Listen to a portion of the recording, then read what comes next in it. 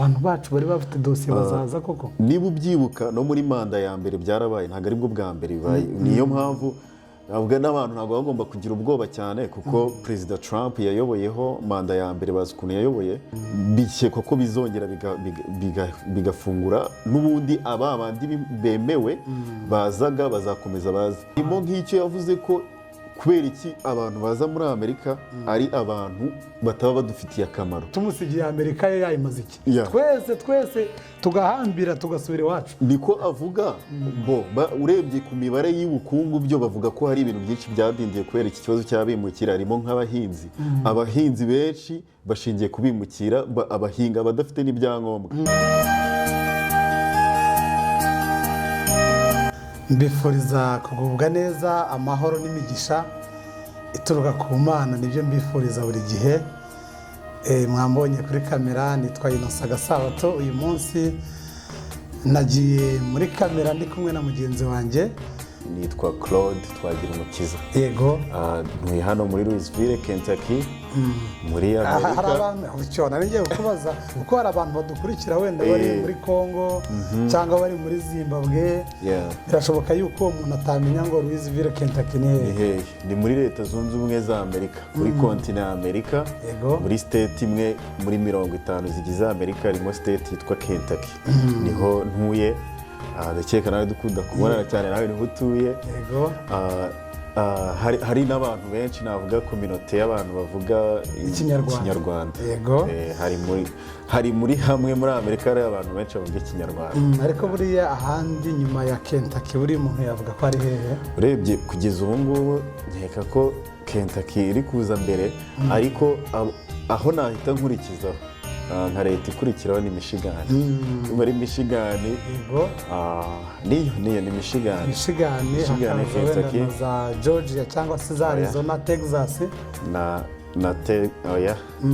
Ubu ngubu abantu bagiye bimuka cyane, nk'ahakurikiraho gatatu haba Indiana cyangwa Ohio. Yego. Hanyuma Kentucky akaba ariho ubarizwa, uhamaze igihe kingana gute? Kentucky mpamaze imyaka 5. Niyo n'ubundi maze muri Amerika. Niyo myaka maze mba muri Amerika. Oya.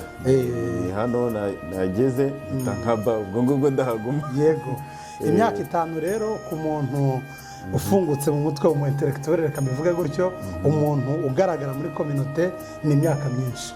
Niyo mpamvu abantu mudukurikiye muri iki kiganiro baragukuraho byinshi, bakeneye gusobanukirwa ku mitegekere ya Amerika, imibereho yo muri Amerika, cyane cyane ku bantu babimukira. Yego.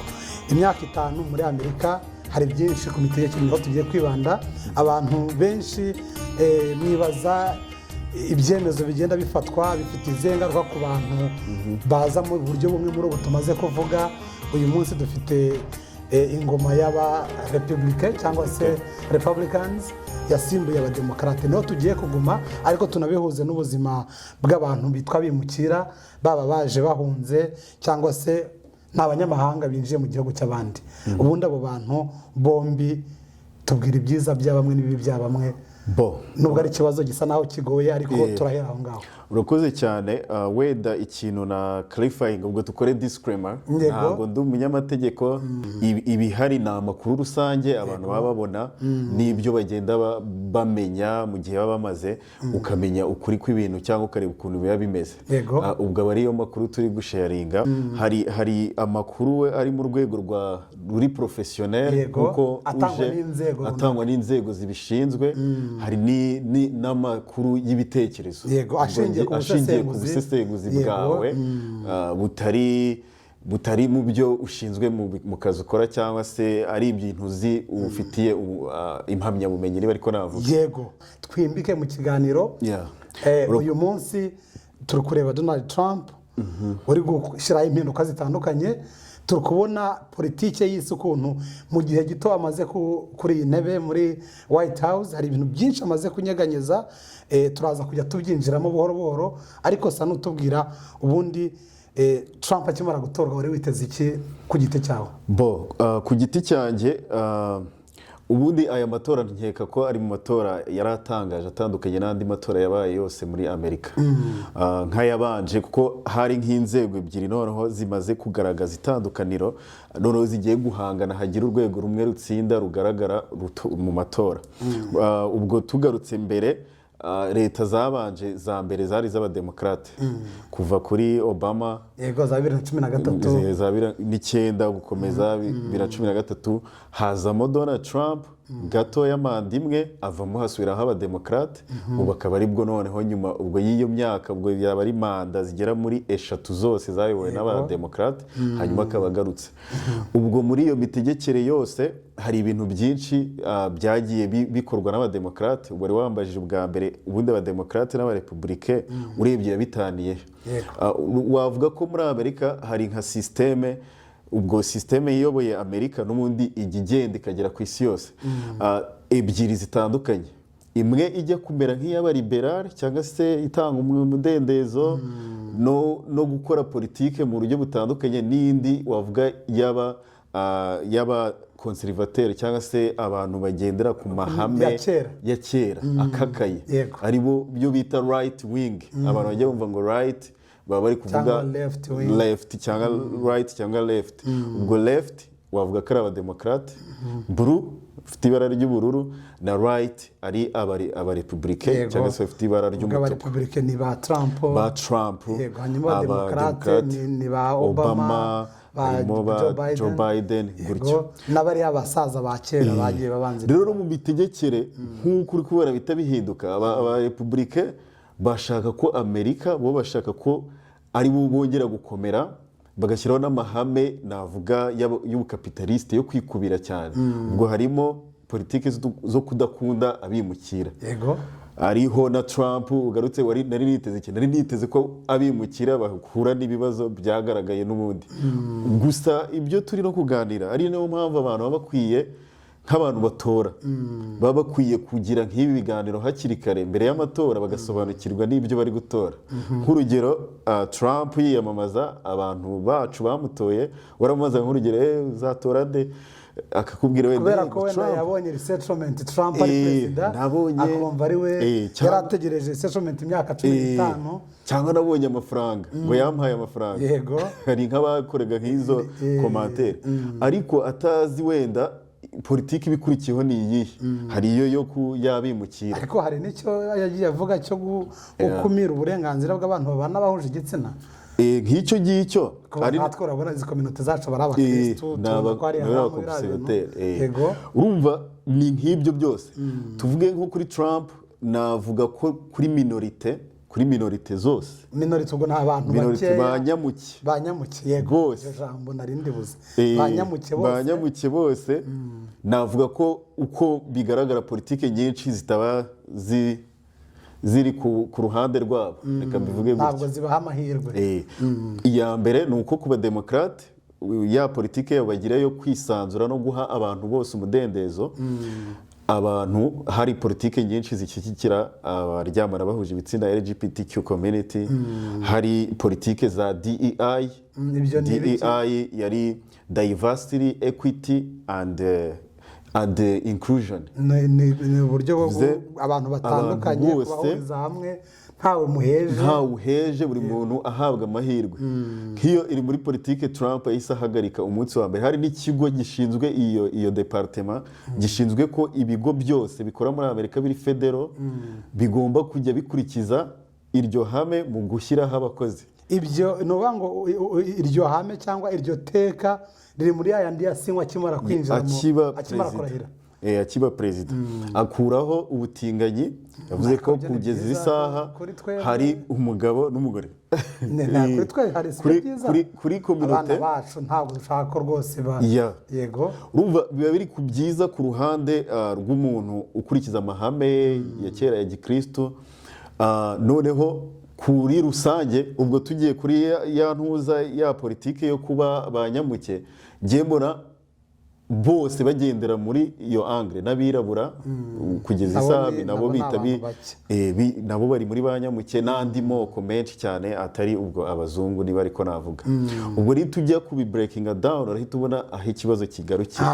Ku bwawe ndi kumva ko uvuga uti abantu batoye Trump badushyize mu ngorane cyane cyane twe ba nyamuke. Ndakumva neza? Nabivuga gutya ariko atari na gutya. Nk'urugero icyo nshaka kuvuga ni uko politike haba ari politike nziza harimo n'ibindi bibi wenda bijyana nayo. Tuvuge nko ku muntu ushyigikira ko ubutinganyi buva, urumva nka politike yo guhagarika ibi bintu ni nziza cyane kuri bo. Ariko tubivuze muri generale tuvuge ngaruke nsobanure kuri DEI abantu benshi ndumva hari n'ahantu nayipostinze abantu bavuze DEI ni iki, iri mu kintu muri Amerika kivugwa cyane muri iki gihe nko muri Federal Aviation Agency cyangwa se gishinzwe ubwikorezi bw'indege. Wabonye nk'ibyabaye mu minsi ishize kandi ya gisirikare yagonganye na American Airlines.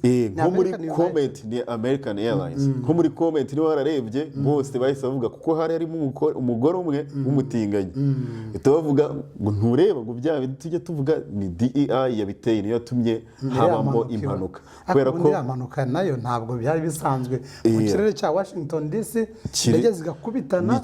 Nicyo kirere cya mbere ku isi, tureke no ku isi gifite security, gifite ubwirinzi burenze ku isi yose, niyo airspace igoranye. Ariko icyo nashaka kuvuga, umuntu kugira agire qualification yo gukora ikintu aratozwa akagira ubunararibonye runaka butuma akora icyo kintu hatagendewe kuri kala afite cyangwa se imyemerere afite. Niba ubasha, ntabwo nabyuka mu gitondo ngo uvuge ngo kwera uri umwirabura ngo muri DEI ngo muze mu makazi ngo mumuganga w'ubwonko. Ugomba kubiharanira ukabikora. Ariko muri iyi politike izo ngamba zose zari zihari zo gufasha abantu ba nyamuke nta zavuyeho. Bavuga ko ubu ngubu tuzagendera kuri politike iri merit based. Bivuze ngo ni politike ishingira ku guhatana no muri competition ubikwiye akaba ari ubibona. Ariko tujya kubikwiye ninde rero urasanga n'ubundi biri busubire kuri babandi ba benshi, ubwo navuga ku ruhande rw'abazungu, kubera ko ibi biri mu bintu by'ibinyejana bishize byatumye bidindiza ubwoko bumwe abandi bagatera imbere. Harimo nk'urugero nk'abirabura, bavuga ko abirabura cyangwa se babandi bitwa basangwa butaka babanere uziko bita abirabura bari muri Amerika bavutse hariho uburinganire ku bantu, equal rights, ntabwo barengeje imyaka 60. Icyo wari ukizi? Urumva niba batarengeje imyaka 60, tekereza abana babo. Ababanjirije bo byari bimeze gute? Ababanjirije ni ukuvuga hari amapolitike y'ivanguraruhu bituma abantu batajya mu gukora ibyo bashaka, kwiga ntibige, bahezwa mu bintu byose. Urabizi ko hari n'ahantu urabizi ko hari n'ahantu abirabura batemerewe kugera muri segregation. Mu mateka ababizi barabizi ko abirabura n'abazungu barafite uburenganzira butangana, ku buryo bari barakuze n'amadistrict yitwa red lining, ni ukuvuga ngo n'umurongo runaka utagomba kurenga. N'uyu munsi ushaka bihuza n'ibira bya Afrika y'Epfo bya apartheid byaba bimeze yari apartheid ubundi. N'uyu munsi izo condition nureba mu mijyi dutuye muri tuzibona West West ureba ukuntu haba hameze, East uzi ukuntu haba hameze. Mu mijyi yose hafi muri Amerika ngo bimeze gutyo, buryo ubona muri West hadateye imbere, hari akajagari, hari imiturire mibi, hari urugomo, hanacucitse abirabura. Muri East hari abazungu, aba corporate people bafite amafaranga bateye imbere. Bivuze ngo n'imyigire y'aho hantu imeze neza, imyigire y'ahandi imeze nabi. Niba nazamuka mu iterambere, abo bazaba abaganga ari benshi, baba abaloya ari benshi, bagira ama business ari benshi, aba bagume hasi. Generation wealth. Reka noneho tukizane mu cyo nakwita proximity, tubyigize hino yanyu mwebwe mudukurikiye. Mu mateka Perezida Trump yasinye harimo iri hagarika resettlement. N'ubu ngubu ndi kugira ngo ikiganiro tukigize hafi y'abadukurikiye, wenda batumva tuvuga East na West ntibumve ko kibareba. Uyu munsi hari abantu bari bafite dossier zo kuza muri Amerika ndetse baranahawe n'amarandevu ndetse hari n'abari bakatishirijwe indege bategerejwe n'imiryango yabo muri Amerika, abaturuka muri Afurika, i Burayi, muri za Ukraine, muri Middle East, muri Pakistan, iyo resettlement ireba abantu bose. Hanyuma uwo munsi akimara gusinya nibuzinganjwiri bahita babimenya ndetse uwo mwanya birahagarara. Izi mbaraga zo guhagarika ikintu uwo mwanya bigahita bijya mu bikorwa, Trump azikurahe? Yabishingiye kuki? Mu burenganzira cyangwa mu bubasha perezida afite agiramo icyo bita executive order, akaba ari iteka rya perezida ritavuguruza. Iteka rya perezida ntirinyeganyezwa, rihita rishyirwa mu bikorwa, ahubwo nyuma nibwo haba kujya mu mategeko kureba niba hubahirijwe uburenganzira. Ari nayo mpamvu nyuma haza abanyamategeko, bano ba judge, muri amwe mu mategeko yashyizeho yasinye uwo munsi, hari amwe ari kurwanywa, ariko uwo munsi abivuze bigomba guhita bitangira uko abivuze perezida, mu bubasha afite ababufite. Rero hari harimo mu byo yari yarasezeranyije abamutoye yiyamamaza, yari yaravuze ko azahagarika abimukira binjira muri Amerika, ariko yari agendeye ku binjira muri Amerika batemewe, illegal. Bari benshi cyane. Illegal ni ukuvuga bahe? Wenda sa n'ubisobanuraho. Ubwo ni ukuvuga umuntu winjira ku butaka bwa Amerika adafite ibyangombwa bimwemerera kuhinjira, adafite iyo viza. Amerika ikikijwe n'amazi, ikaba ikikijwe n'inkiko zirindwa, ubundi umuntu yakwibaza ni gute umuntu yinjira muri Amerika mu buryo butemewe? Nk'umupaka munini wari uteye inkeke ni Southern border, kuko abenshi ubwo muri Texas, Mexico, bahana umupaka na Mexico, niho n'abantu benshi bacaga bavuga ko abimukira bavaga mu mihanda yose mu bihugu byinshi bagaca kuri uriya mupaka bakinjira muri Amerika. Icyo kuba harinzwe ntabwo mbizi ibyo bariya abantu ubundi baba baranyuze hehe uko ubitekereza? Cyane cyane abaturuka iwacu ba Mexique bo bashaka aho banyura, burya baca no mu butaka, ariko iwacu kugira nta ni kure cyane. Hari n'ubundi nabo bari bo mu Rwanda cyangwa mu bindi bice bacaga kuri uwo mupaka wa Mexique. Ubwo bivuze ko bavaga mu bihugu byabo bagatega indege zibageza muri biriya bihugu bya za Honduras, za Nicaragua, bakazamuka, kuko hari ibihugu byinshi muri Amerika y'Amajyepfo bidasaba viza kujyayo, ukatisha indege ukajyayo, nko muri ziriya za Guatemala na hehe. Ubwo bajyagayo, ubwo bagafata uburyo bwo kuzaza, niko nkeka. Hanyuma reka twongere tuhagaruke, twari tuhavuze ntitwahimbika. Abantu bari bafite dosiye zarakozwe kandi igihugu cya Amerika cyarabyemeye, umuntu agasinya itegeko bigahita byubahirizwa. Ubu dufite icyizere ko abari guhangana na Trump bavuguruza ibyemezo cyangwa se bijyana no mu nkiko, abantu bacu bari bafite dosiye bazaza koko. Niba ubyibuka no muri manda ya mbere byarabaye, ntabwo aribwo bwa mbere bibaye. Niyo mpamvu navuga n'abantu ntabwo bagomba kugira ubwoba cyane, kuko perezida Trump yayoboyeho manda ya mbere, bazi ukuntu yayoboye, n'ubundi ahanini nta bintu byinshi byahindutse kuri politike ye. Ubwo iteka rya perezida rigisinywa byashyizwe mu bikorwa nk'uko nabivugaga. Hashyizweho ndumva ari amezi ane yo kuba biri pending, bihagaze. Ubwo rero mu buryo bw'agateganyo bihagaze, ubwo abajije n'abacamanza baracyabikurikirana, bikekwa ko bizongera bigafungura, n'ubundi abandi bemewe bazaga bazakomeza baze. Gusa twibutsa ko politiki ya Trump yitwa ngo Make America Great Again, ni ukongera kwigira igihangange ku ruhando mpuzamahanga. Harimo nk'icyo yavuze ko kubera iki abantu baza muri Amerika ari abantu bataba badufitiye akamaro. Ariko siko ntiyabeshye buriya, kandi mbona abazungu aribo banebwe, mbona no mu bigo abantu bakoramo n'imirimo myinshi ikomeye y'imbaraga, usanga irimo abimukira, abantu bo muri za Cuba, abazungu. Ubu ngubu tumusigiye Amerika ye yayimaze iki? Twese tugahambira tugasubira iwacu. Niko avuga. Urebye ku mibare y'ubukungu byo bavuga ko hari ibintu byinshi byadindiye kubera iki kibazo cy'abimukira. Harimo nk'abahinzi, abahinzi benshi bashingiye kubimukira, abahinga badafite n'ibyangombwa, abimukira bishyura imisoro, abubatsi, bivuze muri kampani za mbere zizagira ibibazo kubera abubatsi benshi ni abimukira.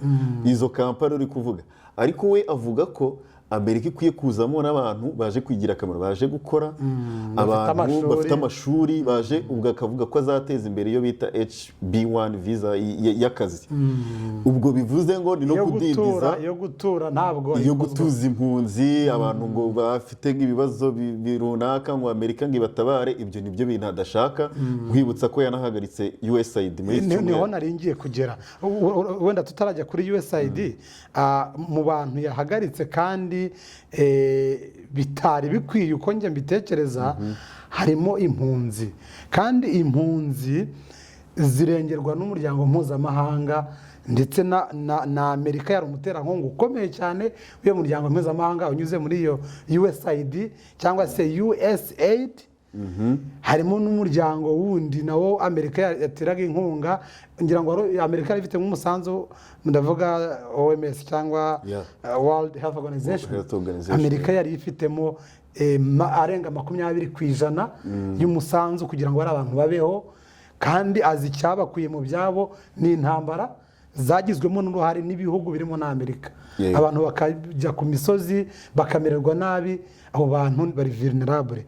Trump kuki atagira imbabazi ngo abo bantu abarebe, tutarajya muri USAID wenda na OMS, icyo kintu kuki atavuga ati uretse abantu bamerewe nabi bameze batya bari mu bihugu birimo intambara, kuki abo bantu atabarebaho? Urumva bigendeye kuri cya kintu twagarutseho, Trump na politike ye cyane cyane navuga ku ruhande rwa right wing, iyo twavuze ruhande rw'iburyo, ni kuba egoist kuri Amerika. Amerika itera imbere, ntidushaka amafaranga yoherezwa mu bindi bihugu, ntabwo byishyura imisoro muri Amerika. Dushaka amafaranga ava muri Amerika agenda gufasha abakene batandukanye, yaba intambara, yaba ibyo byose we ntabwo abishaka. Niyo mpamvu yagiye agabanya ahantu Amerika itanga amafaranga menshi mu bindi bihugu. Harimo urumva kuri politike nyinshi yavugaga ko na Afurika y'Epfo yayikomanyirije nayo, ngo kubera ko politike y'ubutaka byari bidasobanutse. Ejo nabonye perezida wabo ari kumwikoma avuga ati Amerika, Trump guma iwanyu, tuzaguma iwacu. Ari nayo mpamvu tugomba kwiterera hejuru buri. Ari nayo mpamvu tugomba kuvuga ibihugu bya Afurika tujye twigira kuri ibi, nabo batangire gukora imishinga ya win-win. Ubona byashoboka ko tuzashobora kwibeshaho, Amerika ikaba ukwayo tukaba ukwacu. Bavuga ko Amerika ari umupolisi w'isi, ariko kandi twe twaba dufite na resources nyinshi cyane. Ariko urabona nkamwe mugenda mubangiza amakaminuza mukizira muri Amerika, mwakabaye muteza imbere ibihugu byacu. Ubona ibihugu byacu bishoboka ko byakwigira bikabaho, bikareka Amerika n'Uburayi bakabareka bakibeshaho nabo bwabo. Kuri icyo kibazo urumva ko ibihugu byinshi muri Afurika biracyari mu nzira y'amajyambere, biracyabura ibintu by'ibanze nk'umutekano. Hari ibihugu byinshi umutekano wumva niwo wa mbere. Navuga ko byahera mu buyobozi, mu buyobozi bw'ibihugu byinshi, kandi n'abana babo biga baba hano. Njye mbona abana baba ministre, hari Rwanda twahuye rw'ise ni ministre turaziranye, ndamubasha uri gukora icyanga, uri gukora icyanga. Urumva birashoboka ko wenda azagenda bamuhamagaye ngo ajye kuba ministre cyangwa ajye kuba umudeje mu kigo cya leta. Ari nacyo cyica ibihugu byacu cyane. Ntabwo navuga, ntabwo nzi impamvu, sinzi uko bizagenda, ariko wenda bizagerwaho igihe tuzumva ko ibihugu byacu tugomba kubiteza imbere. Niba ikintu cyiza umuntu wese ukize ufite amafaranga, ikintu cya mbere yavuga turajya gutura hanze. Ikintu cya mbere akora, umugore wanjye arajya kubyarira hanze. None ko nta bitaro se batwubakiye, niba wenda ababyeyi babakene babyara bakabyara, kandi ababyeyi babyara n'abana bapfa bavuka mu bihugu biri mu nzira cyangwa se bitaragera no mu nzira y'amajyambere ni benshi. None byakunda gute nk'urugero, ndumva hari igihugu banza ari Cameroon basereje perezida wabo ni Paul Biya, ngo ni umuturage w'Ubufaransa, ngo akaza yabona akanya agasura Cameroon. Yego, kandi ari perezida amaze n'imyaka myinshi ku butegetsi. Umuntu ngo ashobora kumara imyaka 5 aba mu Bufaransa, akamara imyaka 5 manda yose igashira atarayobora inama n'imwe y'abaminisitiri ya guverinoma. Bivuze urumva harimo ikintu cyo kudakunda ibihugu tubamo, no kubivuga, nkunda no kubigarukaho, no kubivuga nabi. Buriya hano dushobora kuganira, nakubaza uturuka wenda urambwiye uturuka muri Kongo, nakubaza Kongo bimeze gute, ikintu cya mbere tuvuga hari intambara, ni habi.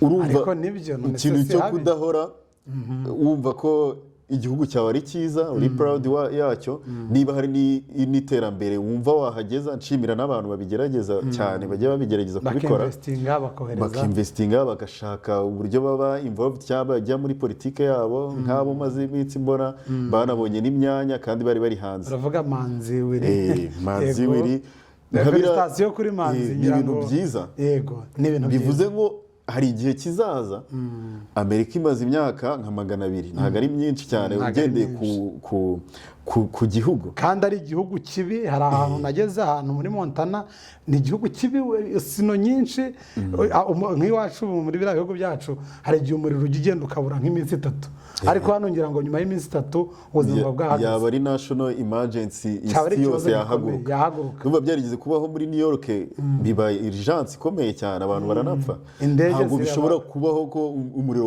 wabura nko mu gihe cya sino nk'iki gihe turimo ntimwaba ariko twebwe waba no mu ishyamba bashumba birarira mu biraro bakanywa amata y'inshyushyu bivuze dufite ibigo byiza rero icyo twavuga kuri ibyo ibibazo byose tuba turi kuvuga bishamikiye kuri ibyo tushaka ko tugira iki kintu cyo gushingira ku mahanga cyane rero nayo Amerika niba ihagaritse nk'inkunga nk'igihugu cya Afurika y'Epfo ni igihugu gikomeye kuvuga ngo bagihagarikiye byaranantangaje kumva ko Afurika y'Epfo nayo iri mu babeshejweho nabi Amerika amafaranga Afurika y'Epfo ikoresha mu guhashya no kurwanya sida amafaranga y'imiti yose ava muri Amerika urumva nta bije Afurika y'Epfo yagiraga yo kugira nk'icyo kibazo ubwo bagiye guhangana nuko Trump yahagaritse iyo nkunga bari bafite ubwo tugaruka kuri bya yindi byose twavugaga politike ye nuko ibintu bisigara biguma muri Amerika ubwo navuga ko urabona n'inama agirwa n'umu advisor we wa mbere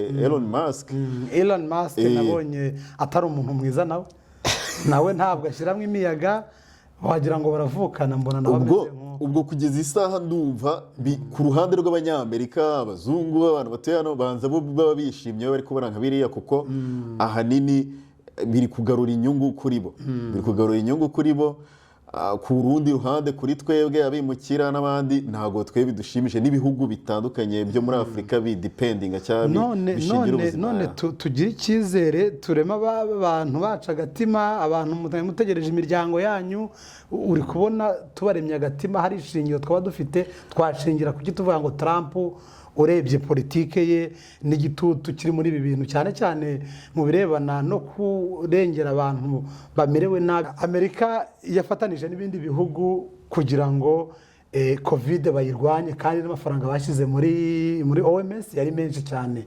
hanyuma ubona Trump kuki areba inyungu z'abatuye Amerika gusa kandi izo nyungu zakabaye zisaranganywa n'ibindi bihugu kugira ngo icyo iriya miryango mpuzamahanga yashyiriweho ibashe kugiderivaringa subiza iki kibazo kugeza iyi saha navuga ko nko ku ruhande rw'abademokrate abadepite b'abademokrate benshi iyi myanzuro hafi ya yose barayanze bavuga ko icya mbere watangiye uvuga Amerika nk'umupolisi w'isi Amerika yari umupolisi w'isi kubera ibyiha isi bo bavuga ko ubwo mu mutekano mpuzamahanga ndetse n'ubuhangange Amerika yari isanga mu mahanga bizagabanyuka kuko nta kintu kibaha ugira agaciro kubera hari ikintu utanga niba watangaga amafaranga menshi muri OMS muri ishyirahamwe ry'ubuzima ku isi mu myanzuro ifatwa myinshi uyigiramo uruhare ufite n'ijambo ariko nyuma ntago wagira ijambo muri iyo muryango kandi nta kintu utanga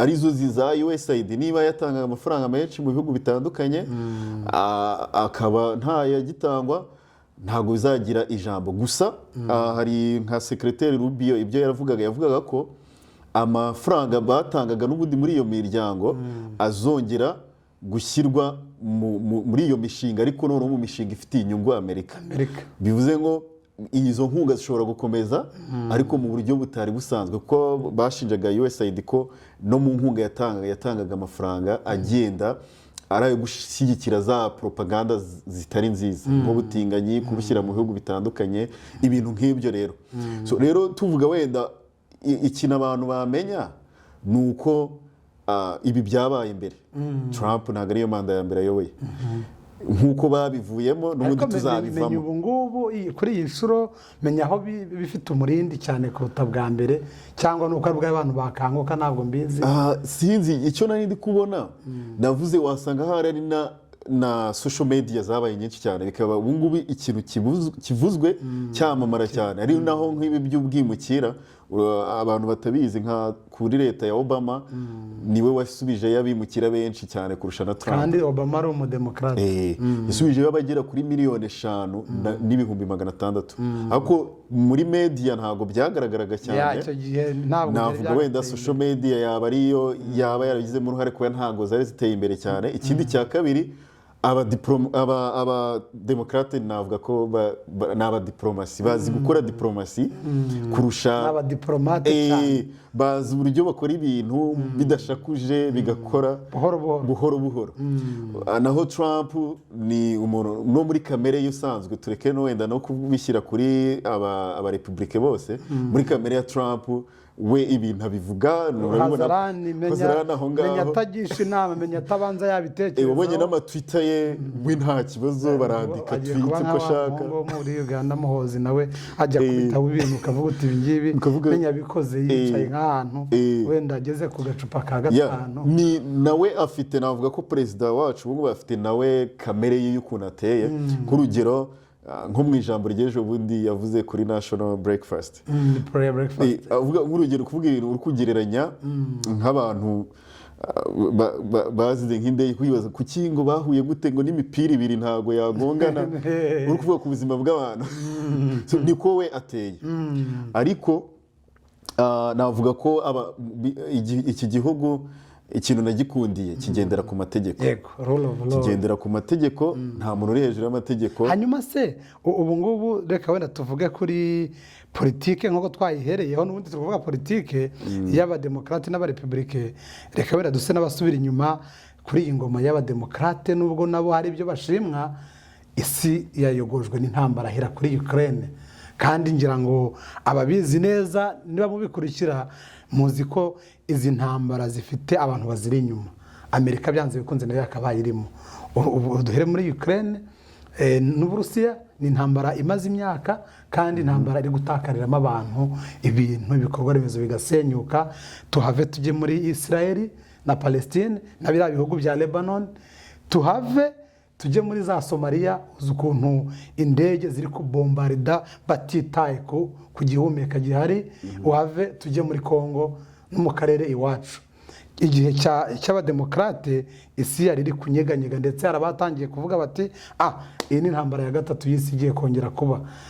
Ese abademokrate reka wenda dushingire iwacu cyane mu bihugu. Urabona ubu ngubu Uganda n'u Rwanda biri gushyirwa mu majwi ko biri inyuma ya M23. Wabonye intambara yabereye hariya y'inkundura, ubona aba SADC ingabo yohereje ukuntu zingana, ubona ukuntu byatutumbye. Ari u Rwanda rushyiraho ubwirinzi, intambara igiye kuzenguruka akarere, kandi byanze bikunze abasesengura bavuga ko byanze bikunze Amerika ifite uruhande iherereyemo, by'umwihariko iyi ngoma y'abademokrate iri kuvaho. Trump yiyamaze, yavuze ikintu cya mbere nzakora, nzahagarika intambara ya Ukraine nimba ndi president elect cyangwa natowe ntaranarahira. Kuri telefone imwe gusa nzakora intambara ya Ukraine izahita irangira. Aho ugeze isaha ntabwo irarangira. Ariko nabonye byari umurongo byafashe, kuko Zelensky yageze aho yemera ibiganiro na perezida Putin, kandi yari yaravuze ati nta kizampuza nande na Putin. Tugenze kuri politike ya Trump igezweho, ni iyo gutuma Amerika imera neza, no kugarura ibintu byose, kugabanya imyenda bafite, no gutuma mbese ubwo bivuze ngo biragaragara ko badashaka kwivanga mu bibazo byinshi mpuzamahanga byatumaga Amerika ihora itanga amafaranga, itakaza amafaranga ku mishinga itayireba. Ari nabyo wenda navuga ko bijyanye n'ibyo turi kuvuga, nko ku kibazo cya Kongo wabonye ko yari ifashe, yavuze nta kintu. Hari n'umunyamakuru akimubaje yamubajije aravuga ngo nta kintu cyafite cyo kubivugaho cyangwa ntabwo yabonye babimubwira yavuze nta kintu mfite ntibindeba ikibazo cyabo ni icy'abakongomani ntabwo ari icyanjye bivuze ko muri izo politike bishobora ko wenda agenda yafite uyu mwaka cyangwa mu karere bitarimo ibyo mu karere cyangwa ntabwo bimuraje inshinga wenda tugaruka rero muri ibyo navuga kugeza isaha ibyiza ni uko haba amahoro nicyo kintu abantu bose baba bashaka mu biganiro biri kuba byose hagize igituma haba amahoro